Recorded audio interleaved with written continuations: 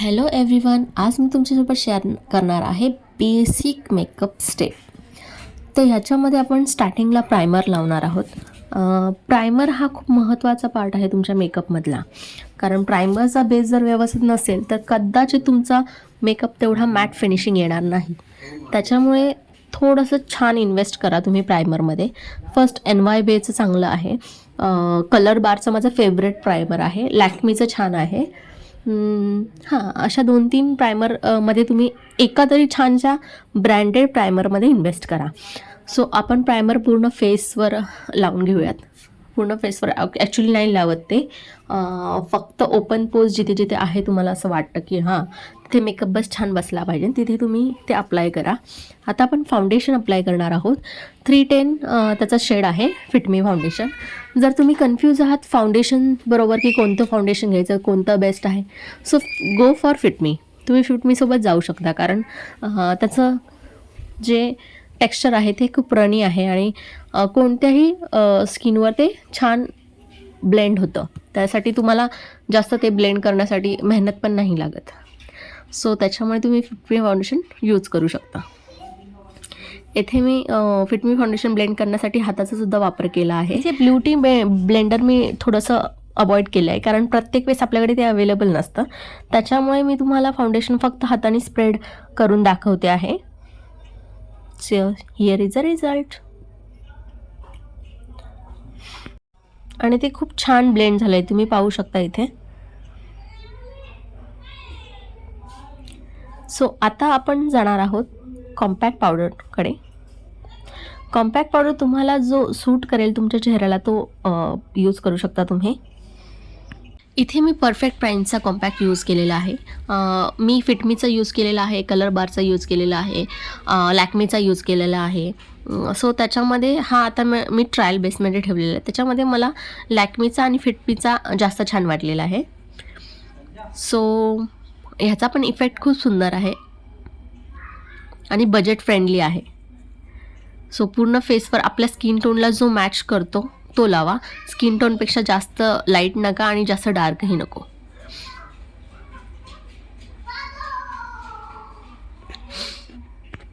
त्यानंतर आपण Abro fill करणार आहोत.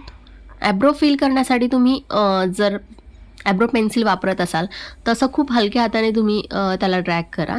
एकदम डार्क असं करू नका. मी तर असं म्हणते की तुम्ही पावडर फिलरच यूज करा, त्याने खूप सुंदर असं फिनिशिंग येतं त्याला आणि तुमचे असे नॅचरली ॲब्रो वाटतात, असं एकदम रेखीव ड्रॉ केलेले वाटत नाही. त्यामुळे तुम्ही पावडर फिलरच वापरा. इथे मी पावडर फिलर न वापरता ब्लॅक आणि ब्राऊन आयशॅडो मिक्स केलेले आहेत. जर तुमच्याकडे अवेलेबल नसेल पावडर फिलर तर तुम्ही याचासुद्धा वापर करू शकता. सो त्याच्यामुळे मी हे तुम्हाला एक्झाम्पलसाठी दाखवत आहे की ब्लॅक आणि ब्राऊनचा शेड. तुम्ही पूर्णपणे ब्लॅक नका वापरू, कारण ते खूप डार्क दिसतात, आणि पूर्णपणे ब्राऊन वापरलं ते आपला जर ॲब्रो डार्क असतील तर त्याच्यामुळे तो वेगळा कलर दिसून येतो. सो ब्लॅक आणि ब्राऊन मिक्स करून लावा, जो तुमच्या ॲब्रोला परफेक्ट मॅच करेल. सो इथे मी फिल केलेलं आहे आणि ॲब्रो पेन्सिलनी फिल केलेलं आहे आणि पावडर फिलिंगचे इफेक्ट तुम्हाला लगेच कळून येईल. सो इथे मी थोडीशी फास्ट प्रोसेस करत आहे. See the result.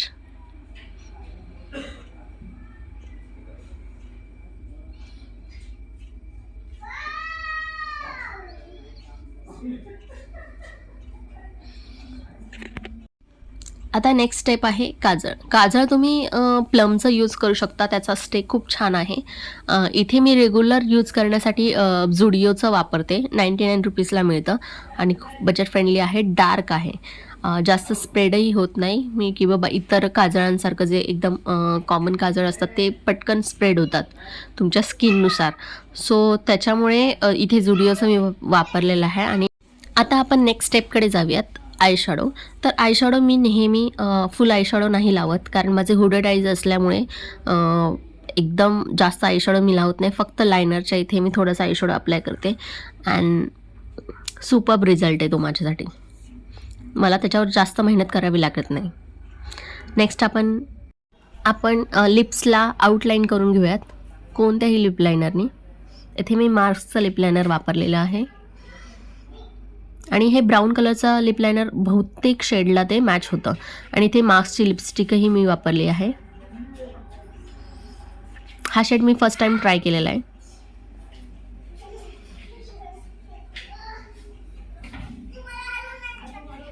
कारण तो ड्रेसला थोडासा कॉन्ट्रास्ट मॅच होत होता म्हणून. आता इथे आपण ब्लश यूज करणार आहोत, थोडासा किंचित, अजिबात असं जास्त वाटला नाही पाहिजे ब्रश किंवा हा आणि नॅचरली ब्लश लावला आहे म्हणून. सो एकदम लाईटली आपण ते हे करणार आहोत, त्याच्याने लुक थोडंसं असं फ्रेश वाट. इथे आपण चिक्सवर आणि थोडासा नोजवर अप्लाय करणार आहोत, एकदम लाईटली. एकदम डार्क आपण जास्त ब्लश वापरणार नाही आहोत, कारण नॅचरली मेकअपमध्ये जाणार आहोत आपण रोजच्या. So here is a final look. एकदम डाऊन पण नाही आणि एकदम जास्त मेकअप पण नाही, सो न्यूट्रल. आता नेक्स्ट आपण जाणार इयरिंग्सकडे. कुर्तीजच्या कलरनुसार मी सिल्वर ज्वेलरीकडे जाणार आहे. याचा कलर जर थोडासा डिफरंट असता तर कदाचित मी गोल्ड ज्वेलरी वगैरे कडे गेली असती. सो इथे मी सिल्वर ज्वेलरीकडे जाते. ह्याच्यामध्ये मी दोन्ही इयरिंग्स हे जर्मन वरचे वापरलेले आहेत. हे तुम्हाला लोकल मार्केटमध्ये किंवा ऑनलाईनमध्ये मिळून जातील. फक्त तुम्ही जर्मन सिल्वर यूज करा. त्याच्यामध्ये कॉमन जे असतात ते तेवढे लुक सुंदर नाही देत. सो इथे मी फर्स्टवाला चॉईस करते आहे. इथे मी कन्फ्यूज आहे नक्की कोणता यूज करू, दोन्ही सुंदर वाटत आहेत. सो मी फर्स्टवाल्याकडे जाणार आहे आत्ता.